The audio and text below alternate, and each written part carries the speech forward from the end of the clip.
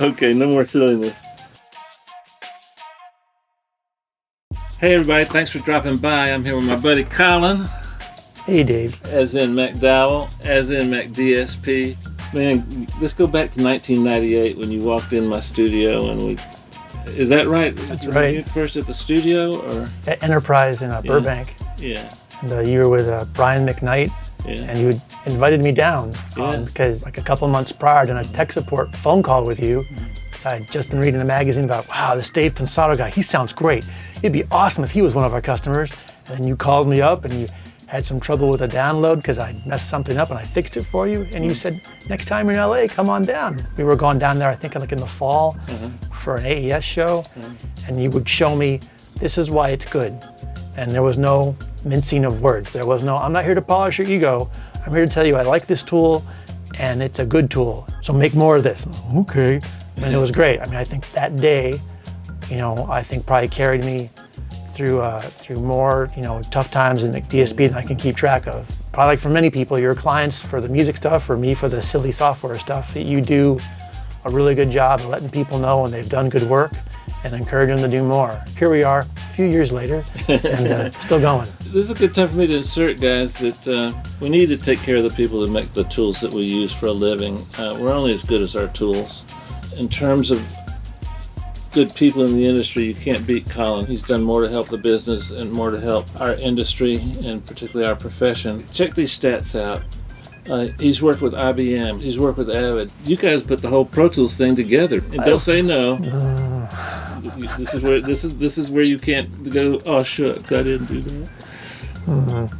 It was a good team of people. I was glad to be on it. Great team. Yeah, great team. You're right. And Bobby, Steve, lots of other people just were amazing. And also, we'd give each other great ideas.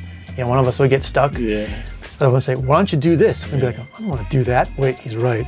Yeah. And no one would be like, I told you so. I'd just be like, have at it. I failed to mention that you worked with Dolby. Is that any connection to Atmos today that you can see there, or what? Probably not. The project I mostly worked on was something called Dolby E. That was like a frame-friendly audio encoder. That was like a... You won an Emmy for that. Yeah, that is technically my first Emmy, although it was with a very large team of people called Dolby. Take the credit. Actually, my manager, one of the guys I worked with, Steve Vernon, he actually, like years later after they got the Emmy, because it takes years to get these things, he called me up and said, you have to come by the office. I'm like, what, I forget to like sign some form or something after I left? Yeah, he had a plaque all waiting for me. Wow. And so he made sure that everybody that worked on it got something for it. It was really nice. 8 tech nominations, yep. Right? I can't believe my notes, but 57 or 58 million awards for some kind of film thing every day. What we do. I ran out of space. You got to get less awards next time. Give me like 3 or 4 that you're proud of the most. Well, there's the engineering Emmy we got for the SAT dialogue processor. That was a huge surprise. And then probably just prior to that, the Cinema Audio Society gave the same product an award for post-production. It was at that show, the Cinema Audio Society show, where it's all these post-engineers, like all the top of our post-production types of customers. So they were all there. The gentleman I did the product with, Mike Minkler, was there. And I said, we guys have to go. We've won. We have to go up and give a speech. He's like, you're giving a speech. And I'm like, oh, he's like, good luck. What? And so I go, oh, okay. And I get up there, and all I can remember is I'm kind of, talking to you, Dave, is easy. Talking to a room full of people, that's something else. And I think that's easier than one person, really. Maybe, but Carol Urban was one of the other people at our table, and she was telling me a story how she used the product. So I just kind of retold that story to the audience and said, I'm sorry, I really can't make a movie or anything else, but if you got noise in your dialogue, I can fix that. Yeah. And everybody just went nuts. And I was like, oh, okay. And I realized that those were what they did. They fixed all these problems, and I had just made a simple tool to help them fix problems. And I think that Cinema Audio Society Award is what carried over to getting us an Emmy nomination. And I can take really no credit for that. That was all those people making that happen. It's just kind of like the way you would make DSP happen to every studio in LA every time. Dave Pensado just worked here. He says we have to buy this filter bank thing. We'll send us 2 copies right away. Like, okay. And that was the first. Well, I can't say specifically it was the first plugin, but it was the first plugin that I know about that was actually doing emulations of existing outboard gear. And I saw that as a future because what we had to work with, bless their little hearts, but Avid wasn't great. It was, you could tell though that it was going to be great, so I had hope. I think when I started using Avid, it was still Sound Designer or something Designer.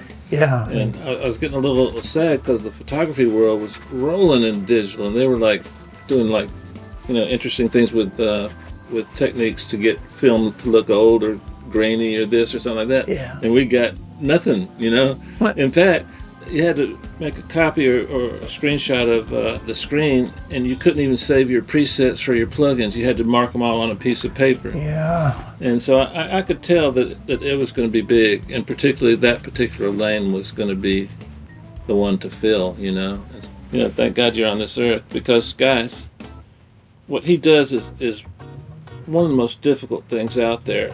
Writing code is not what you think it is. It's a lot of schooling, a lot of intelligence, brilliant at math, brilliant at a lot of things, and no one does it better than this guy to my left. I mean, when you listen to the top end of the AE400, you can tell that there's something going on in that brain of his. He don't look like much, but he's probably, let's be polite to your competitors, he's probably top 5 in terms of the code he writes.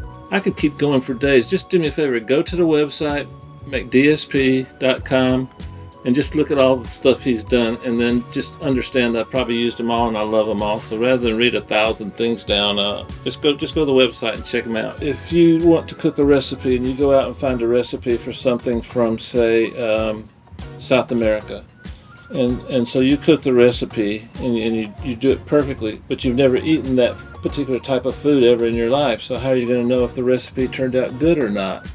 Well, it's the same thing in Colin's world.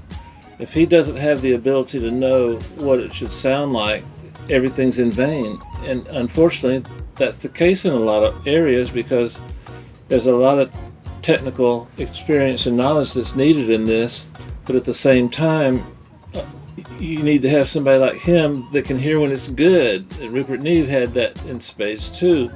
He could tell when it was good. He wasn't the most brilliant technician, but he knew when something sounded good. And because of your background, your hobbies are synthesizers and things like that, you know what sounds good. And I think that's probably the main element that has elevated McDSP to where it's at.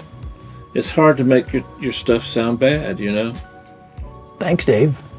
I could try if you need it. No, that's okay. Okay.